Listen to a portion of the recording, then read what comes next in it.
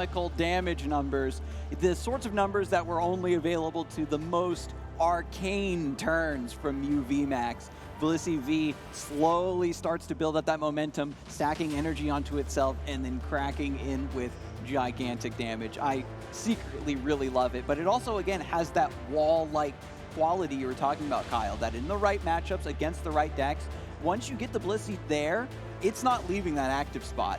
It's a Pokemon that across every single iteration of Pokemon games is known for its bulk.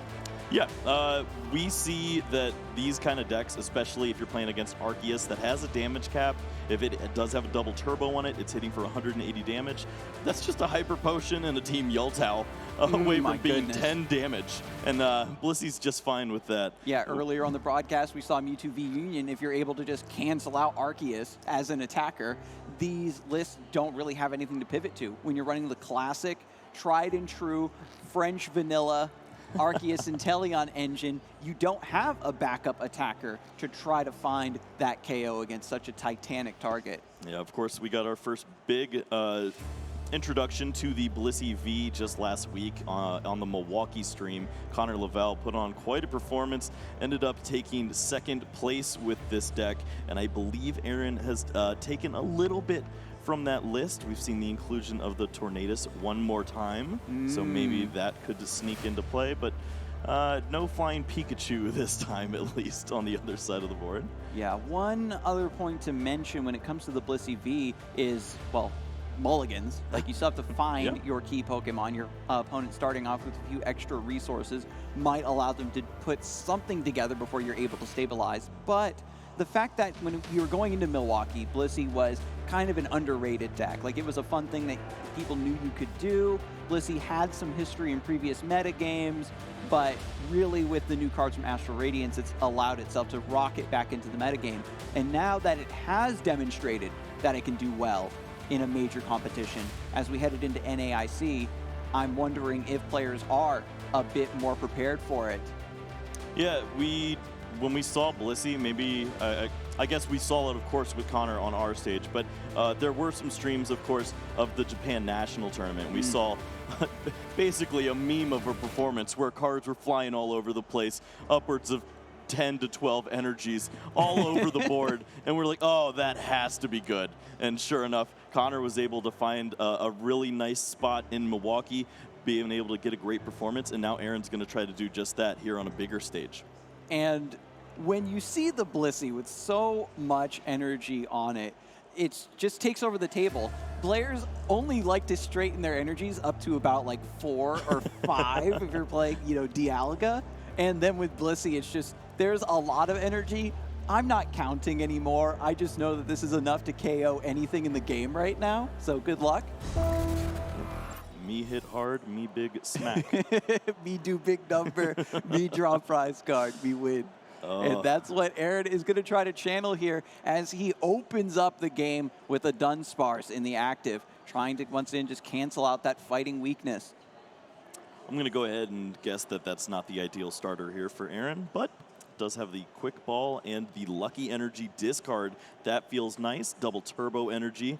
Going to be a great inclusion. Plus 50 basically as you're doing the math here. And that's a pretty great start, locking in an early path, and has a supporter for the turn as well.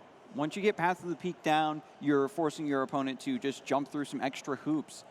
This has just been a solid play against so many decks in the field. Typically, players will hang on to it, see if they want to bump a stadium first, see what their opponent is on before they expose that Path to the Peak. But Aaron is already dialed into his own game plan, his own win condition, confidently plays the path, and just says, if you need to deal with this, you're going to have to do it eventually anyway.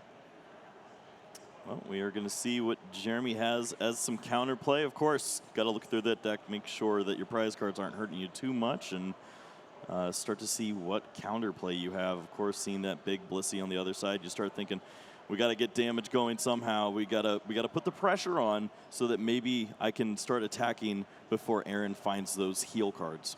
If you can start sniping these smaller Pokemon, force the Blissey up into the active before it's fully prepared, maybe you can get a couple cheeky hits in on it before it starts to outscale, starts to heal, before the Hyper Potions truly hit, and that's what Jeremy's going to try to put together here. Finding the Arceus V, trying to get this Manaphy out of the active spot, but at the very least, you've got your turn 1 Arceus plus an attach, and if you're an Arceus V enjoyer, that's the best you can hope for most of the time. That hand was horrible. I just took a peek from Jeremy's side. I believe it's double Sharon's Care, the quick shooting Inteleon, and a blank. Just nothing going on, and Aaron is going to take full advantage of that. Really just looking for an energy attachment for the turn so that Dunsparce can go ahead and get out of the active spot. Yeah, just chucking away that hand. Professor's Research drawing up some extra fuel here. You have to get set up. We know that Blissey V is known for being immovable once it does get established, but you have to complete that step before it is too late. Even though Aaron sees that Jeremy's off to a pretty slow start, nothing too crazy going on, only one Sobble on the bench, you still have to respect what your opponent could do. They could come out swinging at any time, and the players never let up and disrespect their opponents at this level. Aaron right now eyeballing the Radiant Greninja. I love, by the way, just the hollow pattern for the Radiant Pokemon. I think that cross is so cool. Yeah, there was a decision there. Aaron, I think, for a second considered the Tornadus. Tornadus, you just play that down, make your opponent have to decide, do I give you this Arceus and let you hit into it, or do I lose my Sobble? That could have been pretty interesting. We also see the quick ball now from Aaron with a nice discard. Maybe that's something that he starts thinking about here. And it looks like the Tornadus is going to hit the bench, trying to find a nice attack here, but yep, so there comes the switch. And players have really started to value this, right? Being able to switch and find and snipe that key Pokemon from your opponent's bench without needing to give up your supporter for the turn. That's why we've been seeing a lot more cross-switcher lately, and now Tornadus with this, honestly, pretty refreshingly unique artwork. Yeah, it's a fun card, and it surprised a lot of people last weekend. Maybe only in a few Blissey builds, but I think a lot of players just saw, you know what, this is just good. Takes down the Sharon's Care, just healing back that Arceus, and the Blissey is already scaling so much energy attached and a Cape of Toughness. This is already looking pretty doomed for Jeremy. There's no amount of damage amplification that this deck truly runs. You can sometimes get a quick shooting Inteleon down, sometimes you have the choice belt, but now things are just going to get really ridiculous when Aaron can just start cycling, looking for those Hyper Potions, and just healing off that damage in turn. Sharon's Care was only to buy a round of Mercy. I think Aaron's doing the math right now. 7, and then you remove 1 amplification from the double turbo, gets you to 200, so 1 more should be 230? It should be pretty easy to find. Quick Zinnia for 3. Zinnia's Resolve, just a basic card here. It can get you some very high highs, but you can just cash in whenever you'd like just to get a little bit of card draw when you're trying to put something together. Another double turbo energy, and now we're crunching the numbers. Charm, so that I think that double turbo was pretty big. Yeah, it's just going to be a little bit short, and Aaron did do the math there. It should be just barely short. So many games we've seen today, honestly, coming down to missing 1 card, missing 1 scoop up net, being 10 damage short. And shit. There it is, Sharon's Care number 2. Aaron wasn't able to take the knockout there, but still maintains this gigantic attacker in the active spot while Jeremy is still scrambling, trying to put an Arceus V-Star in play and get this Path of the Peak out of the way and find Starbird to maybe bail him out. Well, this is a great place to be if you are Aaron. Just attaching energies to your Blissey. No real danger right now. You're not thinking about a Beedrill coming out of anywhere and removing you from play. This is going to stick around, and surely you have to think that this could potentially take a big knockout on an Arceus V at some point. This Blissey just has so much energy. It's like a nuclear reactor. Sobble is crying. Please don't make me fight this thing, but you have to buy a turn. You got to take one for the team, Sobble. Arceus V now heading back into the active for the 3rd time. Sharon's Care is exhausted now. I think 270 is too much, and we'll see if Jeremy thinks that as well. Going to go ahead and get that attachment. And just a little bit of damage. Not even going for the Trinity charge. Just a little bit of chip. Does this Blissey really care? Nah. And because of the lucky energy, you get a little bit of draw. And now look at the difference in board state, the difference in resources between these two players. The Blissey V just doing its utmost to bully. Yeah, this is absurd. It just finds multiple lucky energies as well. So Aaron can continue to just draw some more cards. I don't know if we saw the Hyper Potion in hand, but that's a card that you always start to consider in situations like this. It looks like that's not one of the options right now, so going to go ahead and start loading up Blissey number 2 if some shenanigans were to happen here. Maybe Raihan into a huge Arceus V-Star play could happen, but no, not in the cards here for Jeremy. Jeremy saw that it was too late. The Blissey got set up. Jeremy's setup was too slow. Going for the Sharon's Care to deny those prizes was the only line available, but all you're doing is just forestalling the inevitable. There was nothing to pivot into. Arceus V-Star didn't see the light of day in that first game, Kyle. Yeah, there were no real abilities being used. The path came down so early. The only thing we saw was Tornadus use that ability to work in an attack on an Arceus, and that didn't even matter because of all the Sharon's Care. So it was pretty interesting to see just some nice, clean, basic Pokemon happening, and Blissey just absolutely loves situations like that. If you give Blissey time, you're going to regret it. Another deck coming out of the woodwork, rising to prominence just because it can get set up and bully the opponent. Either you are in the driver's seat where you have this massive Blissey setup, you're swinging into your opponent over and over again until they have nothing they can really promote to the active safely, or you've got that mill tank to fall back on. And we saw earlier from Mace that if you can't deal with the mill tank, it's just going to sit there and route and route and route, and you'll slowly die to that. Yeah, and that is a strategy that we see sometimes from the Blissey players. They get a big Blissey, and they start targeting down Intellion pieces. They go, well, I don't have the heal to keep up with you. I'm going to eventually lose this. And sure enough, we see Miltank prize twice in a row now. Double Hyper Potion too. That's not what Aaron wants to see. Double Hyper Potion in the prizes means that Jeremy has a massive potential line here to get some early damage on a Blissey. And if Aaron is not able to heal that damage off, get the Blissey out of the active somehow to save it, if Jeremy can take down that first attacker, keep Aaron from snowballing, could be the path to victory. Anything else that gets benched can maybe find a way to damage that as well. Now, that's just dealing with Blissey, though. When we look at this Arceus deck, we think about how does it deal with Miltank. That's where things get really dicey. We just have to cross our fingers and hope for early Aqua Bullet spam.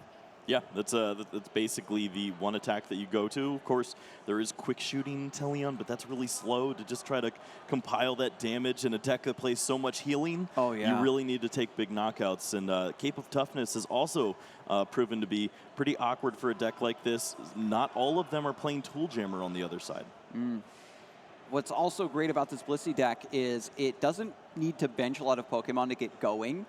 And that means that it's deals decently well into, Palkia, stuff like that. And I can definitely understand why Aaron wanted to bring it today. Jeremy has that tried and true deck. This list, every time we think that Arceus Intellion is just like, oh, it's a little bit too simple, a little bit too boring, can't really do enough in the current metagame. There is some new brew, some player that has a nice anti-meta tech that really makes it flourish. And as we head into this, every time an expansion comes out, the metagame gets more diverse. And now that there's so many different things that are possible that you can't reliably tech against everything, and Arceus is just going to show that consistency and tech choices aren't enough when you don't also have attack power to back it up. Yeah, and when you play all of those cards, we've also seen that be a downfall. You're trying to have all the answers for all these decks, but if you just draw into opening hands full of all those tech cards or those things that help you in a mirror match, you're not going to even have a setup. And we've seen the struggle of these Arceus builds awkwardly trying to stumble through if a path is in play. And sometimes that is what just slows this deck down completely to a halt. Mm-hmm.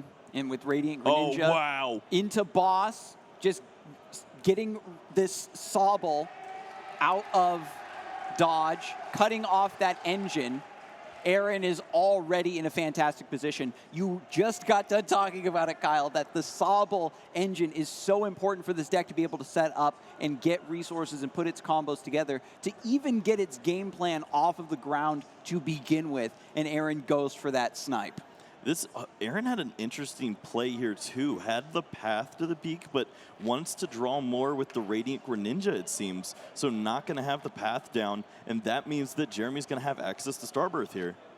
Starbirth, looking through your deck to find 2 cards of your choosing is exactly what Jeremy needs here. Pretty good. You need the miracle. You need exactly what you need at this moment. With Aaron closing in on already just annihilating this best of 3, just shutting you out entirely. Jeremy has to go for this Starbirth, find the 2 cards. Opts for Marnie, however, going to look through the list just a little bit more before committing to that power.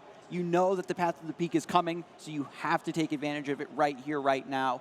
2 more cards to tie the rest of this post-Marnie hand together for Jeremy. This is perfect for Jeremy. He drew into Sobble, has the Intelliant and the Level Ball as well. So just go ahead, use Starbirth, find the Arceus so that you have an additional Pokemon to take these energies from the Trinity Nova. You grab that double turbo energy, and you get some nice damage onto a Blissey when you just put your opponent on a 4-card hand. It doesn't get any better than that. Finally, Jeremy is finding the ability to take advantage of the line. We know that those Hyper Potions are in the prizes for Aaron. There's a chance that we can't heal this Blissey. If Aaron only has a Radiant Greninja on the bench to somehow go into the active, Jeremy's suddenly so far ahead. Radiant Greninja using its concealed cards to draw 2 more. There's no other Pokemon there. There's a Capture Energy, but you kind of want to start committing your energies elsewhere at this point. No, I don't even see the capture. Yeah, no other attackers to pivot into. Just a powerful energy. Has the Sharon's Care. Oh, this is so awkward. You have the Professor's Research. We're going to get a game 3 potentially, with Jeremy able to capitalize on this incredibly clunky turn from Aaron. Okay, so there is the capture. I'm like, I thought I saw you in there, and sure all enough. These colorless energy look the same, Kyle. Yeah, but this is so weird. You don't get to take advantage of your Sharon's Care in this position. You're just kind of committed to the active Blissey. You're going to get a lot of cards off of lucky energies, but is that even good? I guess that's what you're going to have to go to. If you're Aaron, you have to let this Blissey go down and just trust that the extra cards that you draw. Oh no, just kicks the whole hand. Is still trying to find some additional Pokemon. Has another Blissey V on the bench at least, but throws away the Sharon's Care, throws away a couple other energies now into the discard pile. Oh, wow. Found multiple healing effects and a Cape of Toughness. This is what dreams are made of. Bringing it back from the brink. Aaron looked like he was about to get shut out of the game, but immediately heals it all back up, and this Blissey refuses to go down. Wow, well, with multiple lucky energies, powerful energies to go with it, this is going to be a very nice-looking Blissey. Just 60 damage. But go ahead and attack into me and find out what happens next. Being able to get those energies out of the discard pile is so good, because now with the lucky energies reattached, it means that if Jeremy's even thinking about becoming aggressive here, trying to reinstate that clunky board from Aaron, he's just going to draw more resources and have a much easier time weaseling his way out of that bad hand state. Jeremy going to try to continue forward here. Drizzile looking at potentially Sharon's Care. Feels a little premature, but you got a lot of good stuff going on already. You got multiple attackers lined up. Missing out on that opportunity to take down the first Blissey V. Such a really heartbreaking missed opportunity for Jeremy, and now he has to think fast. Now that the Blissey is set up, has all this energy on it, I only have an Arceus V on the bench. What can I pivot to? How can I cut off this Blissey from once again snowballing the game? Yep, this big charm certainly does feel like a nice card to have. Maybe it just solidifies this active Pokemon not being knocked out at any point in time. I mean, you're only looking at maybe 190 or so, so you're not in the worst spot right now from what this Blissey can threaten. All right, big charm on the Arceus V. Going to give it a little bit more resiliency and an evolution there. Starbirth was already used. You're just trying to get attackers down. Just goes for the attack. Trinity Nova dealing 180 thanks to the Turbo Energy. Aaron gets to draw a couple cards thanks to the Lucky Energy. Another attachment, and then the draw for turn. Aaron is so close to getting a massive advantage here. Just has to capitalize. Blissey right now doing 130, 50, 70. So 170, going to be a little bit short of anything with this big charm lined up. So Aaron maybe could think about a pivot this turn. We do see the switch cart in hand. This is one of those rare opportunities where your Sharon's Care can really disrupt. Even if Blissey isn't able to get the knockout, if you are forced to stop your own attack pattern, Blissey still gets those energies attacked. The next swing is going to be even bigger. So from here, Jeremy, do you even have enough attack power, enough output to take down this Blissey, even with all the damage that's currently on it? Yeah, just 120 is going to be what it takes or 130 with the Cape of Toughness, bringing the Blissey up to 300. So that's, well, 110. But regardless, Arceus V-Star is going to work its way through that. And Jeremy with a really nice line, not going for the Sharons that last turn. Instead, goes with the big charm, feels comfortable absorbing one more shot from this Blissey, and now gets to cash in with multiple attacks into that Arceus, really making the most use of all of these great supporter cards. Beautiful. Shady Dealings and Teleon finding the pieces, getting a Sobble down. Hopefully we can get a scoop up net, recycle some of these Drizziles, get even more. And there it is. Just going to go for the retreat. Thanks to the Sharon's Care. The fresh Arceus hitting the active spot and taking advantage of the fact of I risked taking that one more hit. I was confident I could survive. And then the punish now with the Sharon's Care, taking that work away and then having another attacker to take down this Blissey V. And Aaron does not have another attacker yet prepared. Yeah, that hurts so much. Seeing all of those energies hit the discard pile is really unfortunate, and then also just not having a secondary attacker lined up right now. It's great if you can set up multiple Blissey and start to threaten those turns, but with the way that the cards have fallen and the way that Aaron's prize cards look, he's not going to have the healing to keep up with one big Blissey, and that's going to be really awkward. The Radiant Greninja is going to have to take one hit for the team to give this Blissey potentially another chance to get set up. And after that, it's all over. So many cards were drawn off the Lucky Energies so far. So maybe you feel you don't need the concealed cards, but we'll see if Jeremy wants to take another round, another turn on his own to get set up a little bit further, or if this Radiant Greninja will go down. Maybe there's something important in the prizes that Jeremy is looking for. Maybe that Pal Pad gets taken next, or that Professor's Research that's kind of sort of next in line. You can see the line for Aaron right now, just trying to give away this Radiant Greninja in this point in time because he wants Jeremy to get down to 3 prize cards. He wants to use that Roxanne, and he wants to lock in maybe one final Blissey to make things happen. Maybe your opponent doesn't find that Sharon's Care, that Pal Pad, and continue to heal, and you can start to compile some damage on these Arceus. When your opponent is closing in on victory, sometimes putting them down to a 2-card hand is all you need to throw all of their plans out of the window. Buy yourself enough time to get reset, reestablished, and then take the game back from there. Jeremy could be anticipating that play and opting not to KO the Radiant Greninja, but has to take it down, has to keep working at maximizing this chance, this opportunity that he's been presented here in game number 2. If he can't take this one down and force that game 3, Aaron is going to close it out here in round 8, and Jeremy needs this win. Well, Aaron is going to go ahead and get the 2 Blissies, going for the 7 prize game. Of course, Echoing Horn could be an annoying card. Some decks do feature.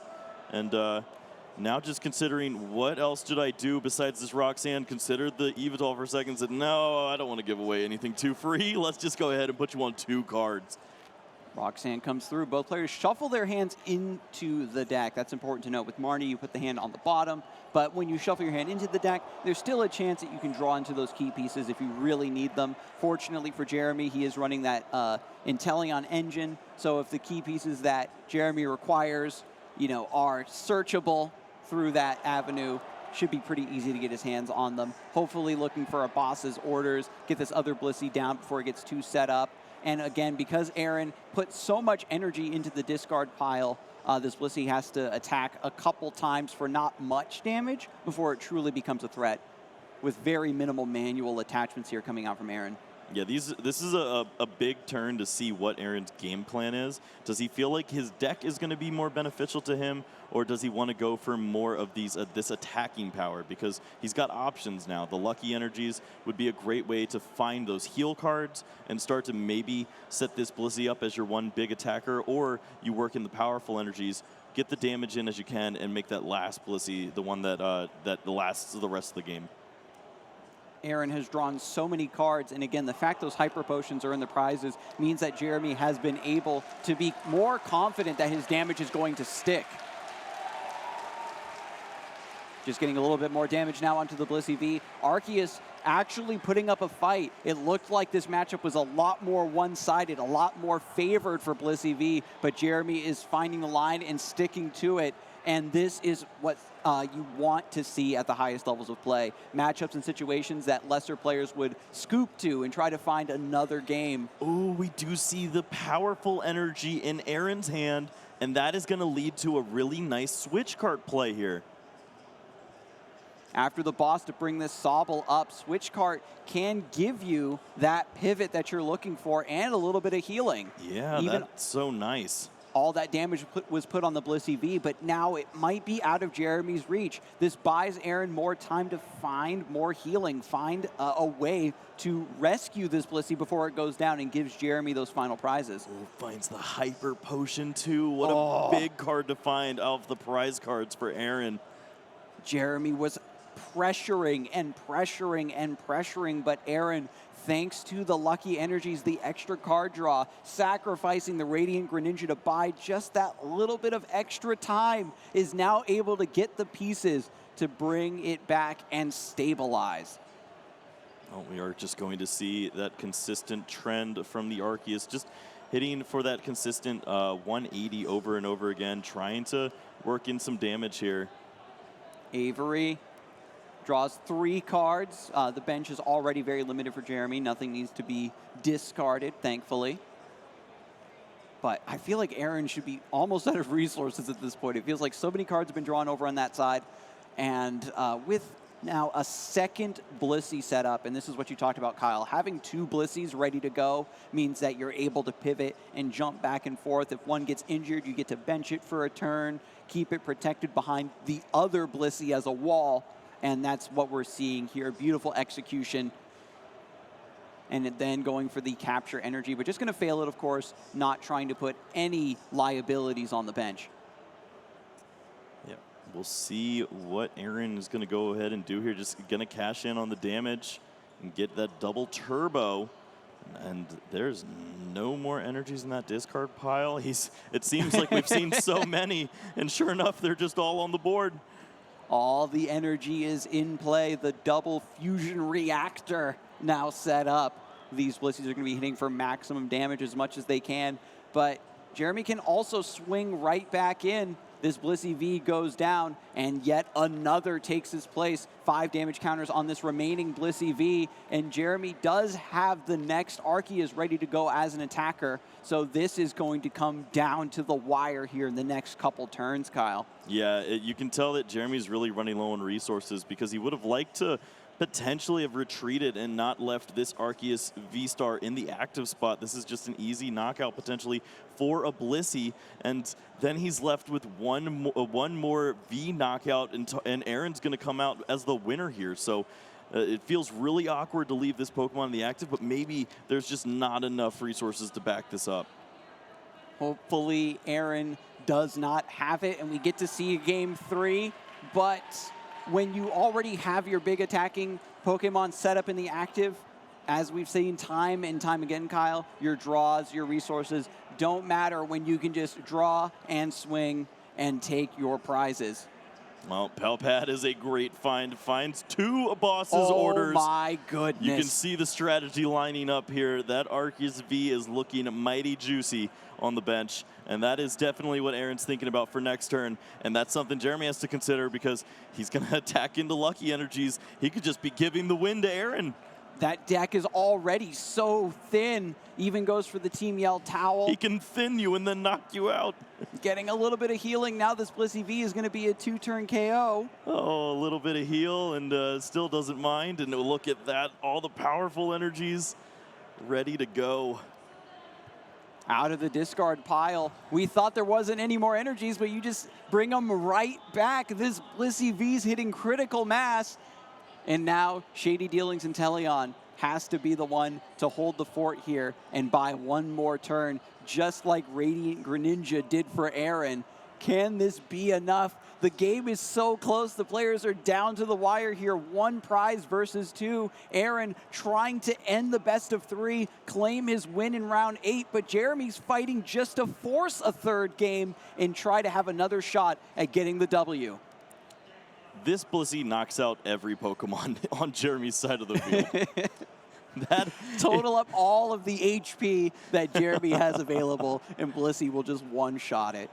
Oh, that is a hard place to be. That means that Jeremy needs to make use of single prize attackers here, and sure enough, understands that, goes for the Aqua Bullet in Teleon there, and maybe this chip damage will be enough, hoping that his opponent doesn't have a Hyper Potion. After the game has gotten to this point, Aaron has drawn those prizes, does indeed have the Hyper Potion, and Jeremy no longer has the ability to buy the amount of turns that he needs to close it out. Aaron able to finally showcase what Blissey is capable of here for us at NAIC after it had such a strong showing in Milwaukee. And Jeremy, you know, despite everything, put up a very, very valiant struggle here. Yeah, this is pretty tricky, especially when your deck isn't cooperating very well. You just try to put yourself in the best position possible. Now we're going to see if Aaron's deck is feeling pretty generous, and look at that. We do see the boss's orders right off the top. That is going to be a huge knockout here on. He even goes after the Arceus V-Star with the big charm. Why not? And there's the one shot. Has to calculate the energies. We're just making absolutely sure there was enough. That's a lot of colorless energy, Kyle, and that's a lot of damage. Aaron Tarbell taking round 8 of the Swiss and getting that glorious win that he needed. Yeah, when you're 5-1-1 and you can perform like that on the big stage with such an amazing deck like Blissey, dealing upwards of 360 damage and whenever you can, that's a great way to make yourself a day 2 competitor. So many